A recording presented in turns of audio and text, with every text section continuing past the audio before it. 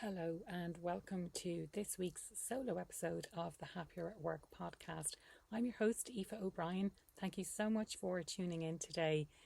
Today's episode is very personal to me, if you like. It was inspired by a framework that I devised based on all of the questions I get from organisations. So it's all about my 3 C's of Thriving Talent framework. And those 3 C's are culture, career, and capability. Now, I'll dive into each one of those in isolation, each one of those individually in a second. But I suppose all of this is driving towards more engagement, more retention, more happiness at work, more joy at work, and overall more success for the organization. And I put together this framework because of so many questions that I was getting from organizations. I could see links and patterns between everything that I was talking about. And I will go into a little bit more detail at the end about the interdependency of each of those different elements, because I think it's important to highlight that you cannot have a really strong career if you're in an environment that doesn't really work for you. And again, I have first-hand experience of that, so I know exactly what I'm talking about. But to take each one of these in isolation then. So first of all, culture. And I mean, if you're listening to this podcast for a while, I don't really need to explain what culture is. Culture is the foundation of the organization. It's the behaviors, it's the values. It's not something that is on the wall in an email. It's not something that's on the website. It's someone's experience. It's not something that is necessarily tangible. It's something that you can sense when you join an organization. You get a sense for whether it is somewhere that you want to be, that you feel like you belong, or somewhere that maybe you feel like you don't necessarily belong there. You might think about whether an organization has a culture of inclusion, of belonging, a sense that you feel like you can speak up so that it's psychologically safe as well. And really about embedding the culture in an organization, it's about continuously talking about it, it's not something that you do once and then it's done and it's finished and you don't ever talk about it again.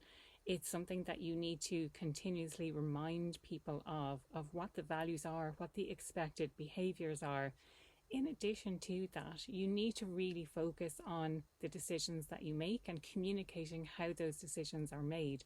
Because when people know how decisions are made, when they know how they're being rewarded or what they're being rewarded for, then it makes them much easier to know the guardrails, to know the rules around how they should behave at work and what is expected of them, especially when it comes to the culture, so how they're actually showing up at work. The second one is around career, and this is something that I have been asked so much about in the last year. And it's really interesting for me because we're not taught how to manage our careers. It's not something that they teach us in school, in university. I think it's something that we're sort of expected to get on with ourselves. Or from an individual perspective, maybe we expect our organizations to be the ones who are responsible for our careers. However, you are responsible for your own career and you need to take that responsibility into your own hands. And as I mentioned, career can't really exist, or it can't really flourish and thrive in the way that it should in an environment that is toxic. So if you've ever been in a toxic culture, you will know that you cannot have a thriving career in a toxic culture. So it's so important to get at least those 2 fundamental things right. So coming back to this idea of career and the fact that we're not told how to manage our careers. And organizations are putting into place, and I can see them doing this, they're putting into place all of these really fancy tools that people can use to be able to manage their careers. So internal job boards, skills lists, training, all sorts of things in relation to, okay, so we're providing you with all of these opportunities, all of these tools to be able to use to manage your career, and still they're not taught how to actually strategically manage their career. So I think this is one of the reasons that organizations are calling on me to explain to people, you need to take ownership for your own career, and this is how you do it. So I have a framework that I use with organizations called the Know, Show, Grow. So know is all about knowing yourself. Show is then, well, what can other people see of you? So it's around personal brand. And then grow is around confidence. It's about learning what are the gaps that you need to fill to go from where you are now to where you want to be. Within the know, then it's also really important to identify, where is that you want to be? Where do you want to end up? Because I think, dare I say, most of us don't actually know where we want to be. We don't know where we want to end up. And therefore we end up going kind of all over the place. We might take a detour. I wanted to touch on this notion of squiggly careers as well, because again, this is something that comes up quite a lot. The idea that, the perception that our career path should be linear and that we think it just goes in a straight line like this. But the reality is that we take many detours, we have setbacks, something happens, and it's maybe we take a completely different direction. We're not happy where we are. We change roles, or we change organizations, or we change industries completely. So just, wanted to kind of highlight that and bear that in mind.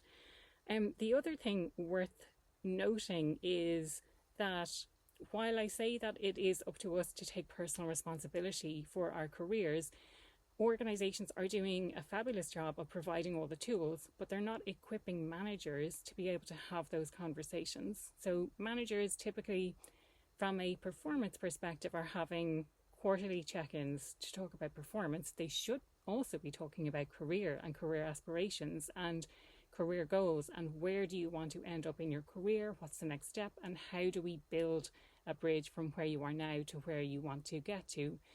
But this isn't necessarily happening, and it's not the manager's fault. Maybe they don't know what to say. Maybe they haven't had that themselves. They haven't been privy to having those conversations. Maybe they just don't have the time.